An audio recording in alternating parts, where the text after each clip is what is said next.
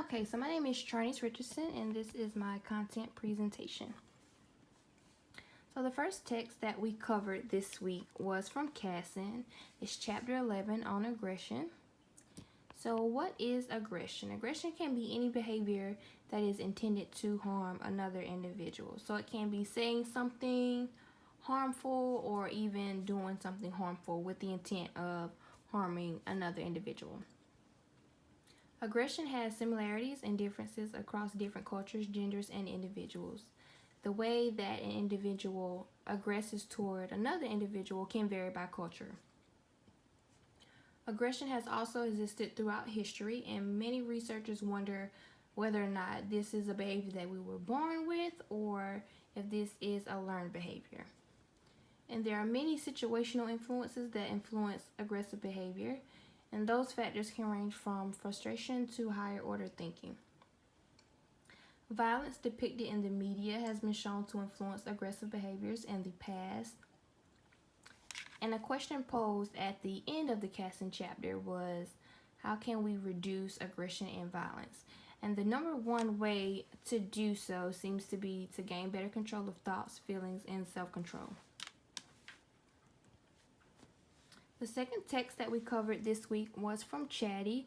It's chapter 11, Symbolic Interactionism from Gestalt to Cybernetics.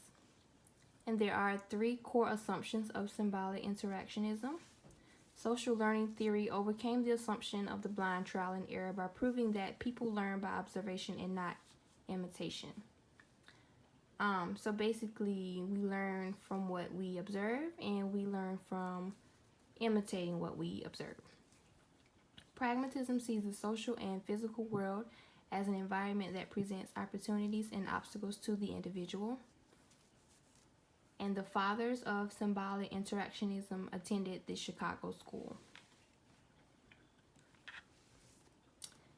We did cover 2 articles this week. The first of those articles was Parenting Behavior and the Risk of Becoming a Victim and Bully Victim, a meta-analysis study. It is important to see how parenting styles and parent-child relationships are related to bullying and victimization. And in this study, it was found that both victims and those who both bully and are victims of bullying reported being more exposed to negative parenting behavior. And those negative parenting behaviors included abuse, neglect, and maladaptive parenting. The second of the articles that we covered this week was Subjective Socioeconomic Status Causes Aggression, a test of the theory of social deprivation. So the question posed in this study was, are people of low socioeconomic status more aggressive? And the study found that people who are of low socioeconomic status did report being more aggressive to tasks, and then people of higher socioeconomic status were not aggressive, or not as aggressive as people of lower socioeconomic status. So here are my 5 major points. The first of the major points is aggression, and what is it? It's a behavior intended to harm another individual. As I previously stated, aggressive behaviors come in many forms. It could be an argument between a couple or a teenage girl spreading rumors about someone else. So those could be both examples of aggression. So it doesn't have to be an action. It could be something as simple as an argument.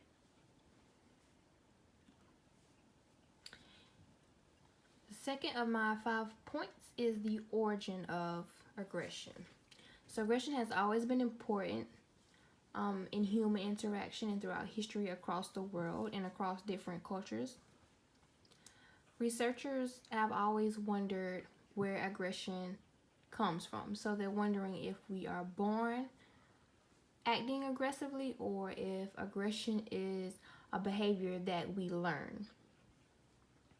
One study wanted to examine parenting behavior and the risk of becoming a bully or victim.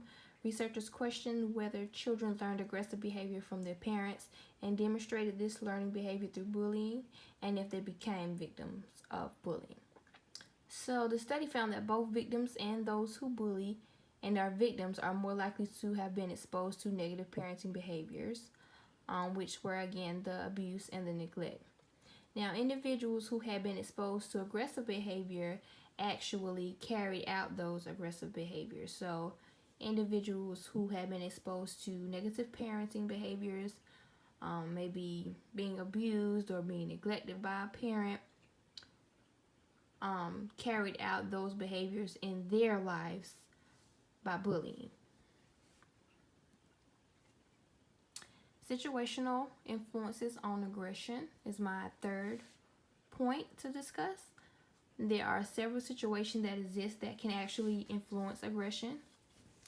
Frustration aggression hypothesis is the idea that frustration will always elicit a motive to aggress and that all aggression stems from frustration.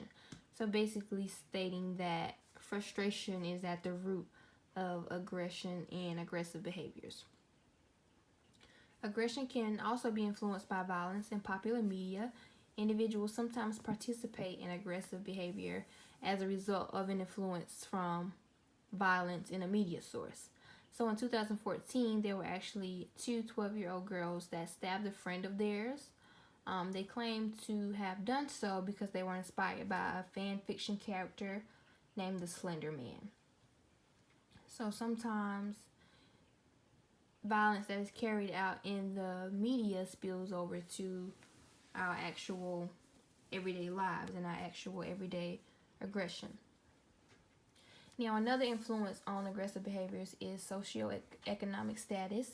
In a study on socioeconomic status and its influence on aggression, researchers examined the relationship between aggression levels and socioeconomic status. Participants in low socioeconomic status were more aggressive than participants in higher socioeconomic status. My fourth point of discussion is reducing aggression and violence. So taking a look at what we can do to reduce aggressive behaviors and the violent behaviors that follow these behaviors. So it is important that society learn to reduce aggressive behavior, which can then reduce violence within our society. One important step is to improve our self-control as individuals. It's also important that we pay attention to our thoughts, feelings, and self-control. And improved moral reason can help reduce aggression and violence as well. Aggression replacement training, which includes guided instructions, role-playing over a 2-week course for about 10 weeks, has been shown to positively affect reduction in aggression and violence. And social cultural approaches such as protecting families from violence by offering things like education and employment opportunities has been shown to be effective as well. And my fifth point of discussion is core assumptions of symbolic interactionism. So there are 3 of those. Social symbolic interaction is actually the view of social behavior that emphasizes linguistic or gestural communication and its subjective understanding, especially the role of language in the formation of a child as a social being. So the first of the core assumptions is that the first premise is that the human being acts towards things on the basis of meanings that things have for them. The second premise is that the meaning of such things is derived from or arises out of the social interaction one has with one's fellows. And the third premise is that these meanings are handled in, modified through an interpretive process used by a person in dealing with the things he or she encounters.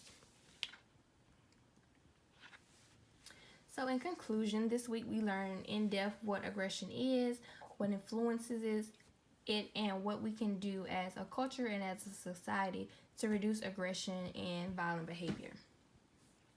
So my 2 questions posed are, what do you think about Christians who engage in aggressive behavior? Are they committing a sin, or are they displaying normal human behavior? And why do you think that it is important to remember that Christians are human and that they will exhibit typical human behaviors such as aggression?